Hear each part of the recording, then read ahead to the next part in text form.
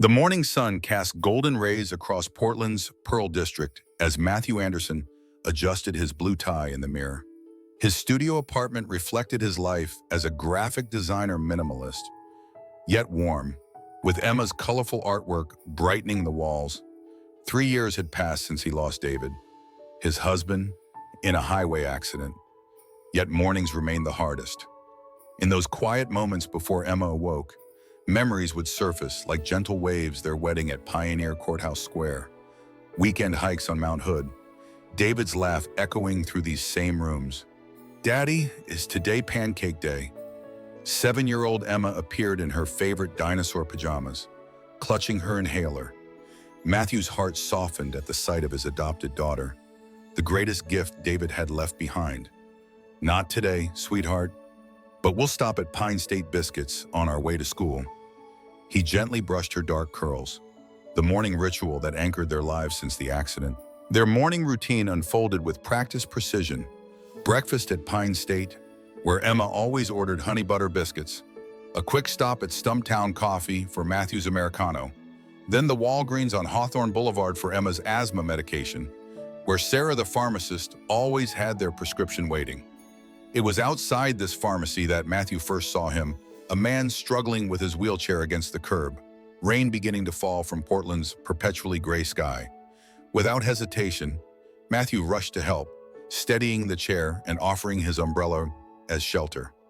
"Thank you," the man said softly, his eyes reflecting a familiar weariness that Matthew recognized all too well, the kind that comes from carrying grief like a constant companion. "I'm Matthew. This is Emma." He nodded toward his daughter, waiting patiently in their Subaru Outback. "James Collins," the man replied, his hands calloused in a way that spoke of artistic dedication, adjusting a book of piano music on his lap. "I used to teach at Portland Music Conservatory." That chance meeting outside Walgreens became a quiet fixture in their lives. Each morning, Matthew would help James navigate the small ramp, hold the door, or simply exchange a few words about Portland's fickle weather, simple acts of kindness that began to stitch something new into the fabric of their fractured lives. If this story of unexpected connections touched your heart, please take a moment to subscribe to Heart Stories. Every like and share helps us continue bringing these emotional journeys of healing and hope to others who might be facing their own silent battles with grief and loneliness. The walls of Matthew's design studio told a story he couldn't always speak aloud. Photos of David lined the exposed brick, their wedding at Cannon Beach, with waves crashing behind them. David holding newborn Emma against his chest at the Oregon Adoption Agency. The three of them bundled in matching scarves at Mount Hood. In the quiet hours after Emma's bedtime, Matthew would often work late, the Portland skyline twinkling beyond his windows as he designed promotional materials for PFLAG and the Q Center work that felt meaningful in a world that had lost its center. "Your concept for the Pride campaign is exactly what we needed," his client from the Q Center had told him that afternoon. "We can tell this comes from somewhere real." Matthew had simply nodded, unable to explain how designing spaces where families like his could feel seen had become both his wound and his bandage. Every Wednesday evening, Matthew attended the LGBT grief support group at the Q Center. The circle of folding chairs held stories that mirrored his own partner's loss to illness, accidents, or society's cruelty. "Some days I feel guilty for laughing," Matthew shared one evening, voice barely above a whisper. "Like I'm betraying what we had." The group moderator, a silver-haired woman named Rita, leaned forward. "Healing isn't betrayal, Matthew. David would want both you and Emma to find joy again." At Buckman Elementary, Emma was flourishing despite the shadow of loss that occasionally dimmed her bright spirit. During art class, she proudly painted 4 figures under a rainbow herself. Matthew, David floating above with angel wings, and now, unexpectedly, James in his wheelchair. When her teacher, Ms. Wilson, asked about her drawing, Emma explained with childlike simplicity, "That's my Papa David in heaven, my daddy Matt on earth, and our new friend Mr. James who needs help with doors." A few parents exchanged glances, but Miss Wilson simply smiled. Hanging Emma's artwork prominently on the classroom's family wall, Emma's perception proved uncannily accurate. "Daddy, why do we always see Mr. James at the medicine store? Does he have asthma like me?" she asked one morning, her innocent question catching Matthew off guard. "I don't think so, sweetheart. Sometimes people just need a little help." The following week, Emma surprised both adults by presenting James with a sunflower she'd grown in the school garden. "For your happy day," she said, placing it carefully in his lap. James's eyes welled with tears. He quickly blinked away, tucking the flower into his Debussy piano book with gentle reverence. Matthew began noticing things about James he hadn't before: how he always carried a thermos from Heart Coffee, how his wheelchair had a small rainbow pin discreetly attached to the back, how his gaze lingered on the St. John's Bridge whenever they parted ways. Small details that sketched the outline of a man with his own complex story, one Matthew found himself increasingly curious to understand. Healing often arrives disguised as ordinary moments: a child offering a flower, a stranger becoming familiar, or the simple act of noticing someone fully after months of merely seeing them. Sometimes the heart rebuilds itself one small kindness at a time. Portland sparkled after rain, the morning sun transforming puddles into mirrors reflecting an unusually clear sky. Matthew drove his Subaru across the St. John's Bridge, its Gothic arches standing sentinel over the Willamette River. Emma hummed contentedly in the back seat, clutching a Blue Star donut box containing her favorite maple bacon treats, a Friday tradition. The familiar weight of grief felt lighter on mornings like these, as if the beauty of the Pacific Northwest was gently reminding Matthew that life continued to unfold in unexpected ways. When they arrived at Walgreens, James wasn't in his usual spot inside near the pharmacy counter. Instead, he waited outside, his wheelchair positioned deliberately near the entrance, his expression unusually tense. Something about his posture made Matthew's pulse quicken slightly. "Emma, wait in the car for a minute." "Okay." Matthew handed her the tablet loaded with educational games. "I'll be right back." As Matthew approached, James straightened his shoulders, his knuckles white against the wheelchair's arms. "Good morning," Matthew offered, suddenly aware of an unfamiliar electricity between them. "You don't remember me, do you?" James asked, his voice barely audible above the morning traffic. His eyes held Matthew's with an intensity that made the world around them fade. Matthew studied James's face, a nagging familiarity tugging at his memory. "Beyond our meetings here, should I? 3 years ago, you pulled me from a car on St. John's Bridge." The words hung in the air between them, heavy with implication. "You saved my life." Time seemed to stop. The sounds of Portland morning traffic faded as Matthew's mind catapulted back to that rainy night, wipers frantically clearing his windshield. Headlights illuminating a car crumpled against the bridge railing, teetering dangerously toward the river below. Despite his terror of heights, Matthew had raced from his vehicle, somehow managing to drag one man to safety before returning for a second.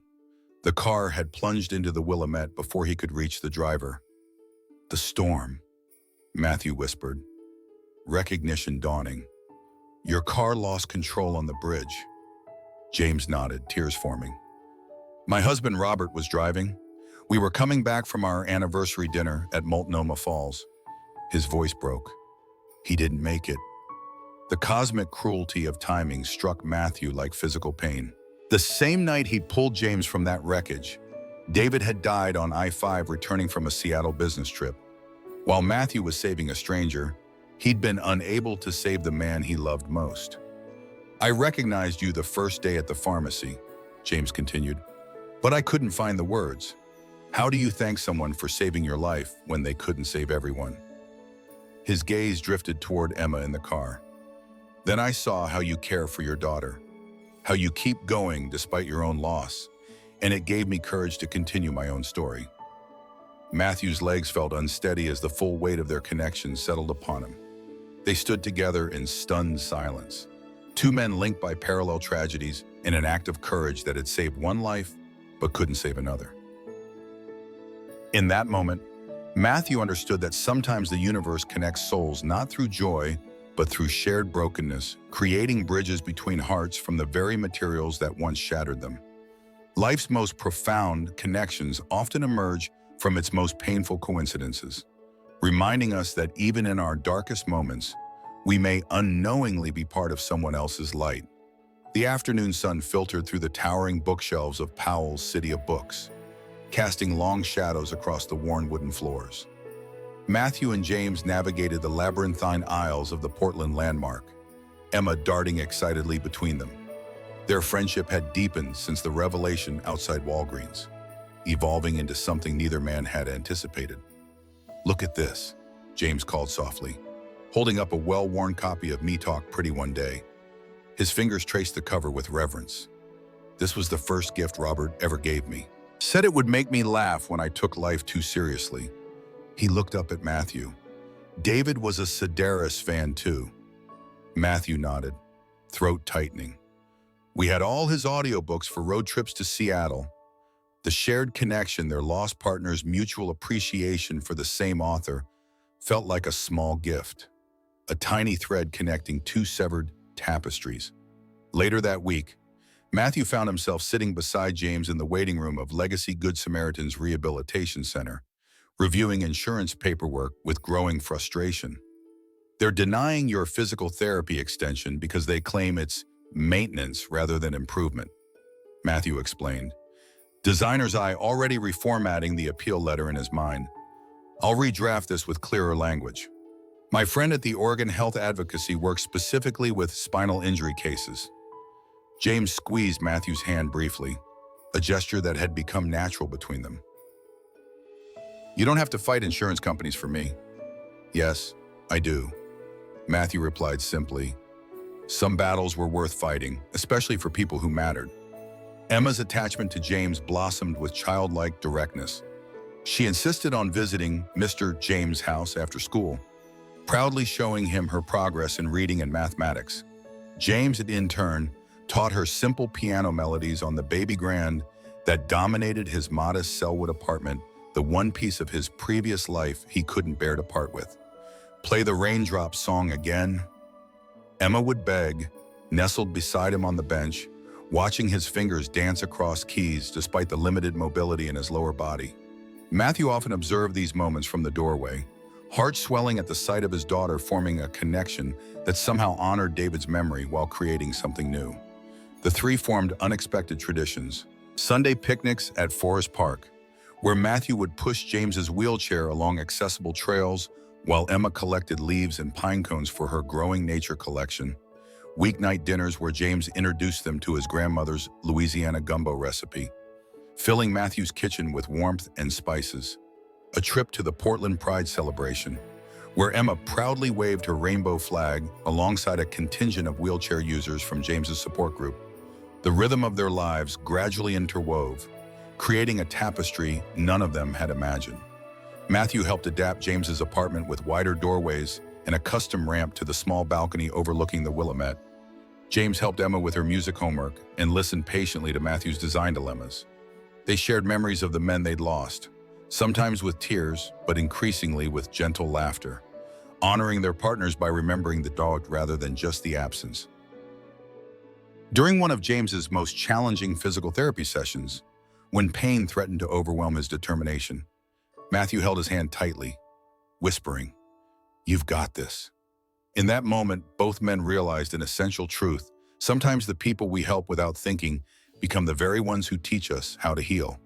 Autumn painted Portland's trees in fiery hues as Matthew sat on a bench in Washington Park's Rose Garden, watching James demonstrate his progress to an awestruck Emma. After months of intensive therapy at Legacy Good Samaritan, James could now stand briefly with support, each small victory a testament to his determination. "Look, Daddy, Mr. James is almost as tall as you," Emma clapped as James balanced between his wheelchair and specialized crutches, the Portland Japanese garden creating a serene backdrop behind them. "Not quite," James laughed, the sound coming easier these days. His Bridge to Recovery support group for accident survivors had grown from 3 participants to 20, meeting weekly at the Q Center, where Matthew had once sought solace in his own grief. The organization's logo, Matthew's design featuring the St. John's Bridge, transformed into a path forward, had become recognized throughout Portland's rehabilitation community. Matthew stood, moving beside them to offer support if needed. Emma's drawing of their new family hung prominently in both their homes now, a child's vision of healing that had somehow manifested into reality. The three of them had created something beautiful from the wreckage of parallel tragedies, a testament to resilience that none could have imagined that first morning outside Walgreens. On David's birthday, they'd established a ritual of releasing sunflowers into the Willamette from St. John's Bridge, honoring both David and Robert while acknowledging the life that continued to unfold. "Do you think Papa David and Mr. Robert can see us?" Emma had asked, watching the bright blooms drift on the current below. "I believe they'd be happy we found each other," Matthew had answered truthfully. Now, as Mount Hood's snow-capped peak glowed pink in the distance, James reached for Matthew's hand. "I want to show you something." He carefully retrieved a small box from his pocket, opening it to reveal a ring crafted from metal salvaged from the accident. "Sometimes broken pieces create something new and beautiful," he said softly. "Like us." Emma wrapped her arms around both men, completing their circle as the sun set over Portland's skyline. Matthew realized that life had indeed come full circle, not through miracles or luck, but through the quiet power of showing up each day, of helping without expectation, and of remaining open to love even after devastating loss. What unexpected connection has changed the course of your life? Share your story in the comments below. And if this journey of Matthew, James, and Emma touched your heart, please subscribe to Heart Stories and join our community dedicated to sharing real stories of hope, healing, and the families we create along the way. Because sometimes, the people we help without expecting anything in return become the very ones destined to help us heal.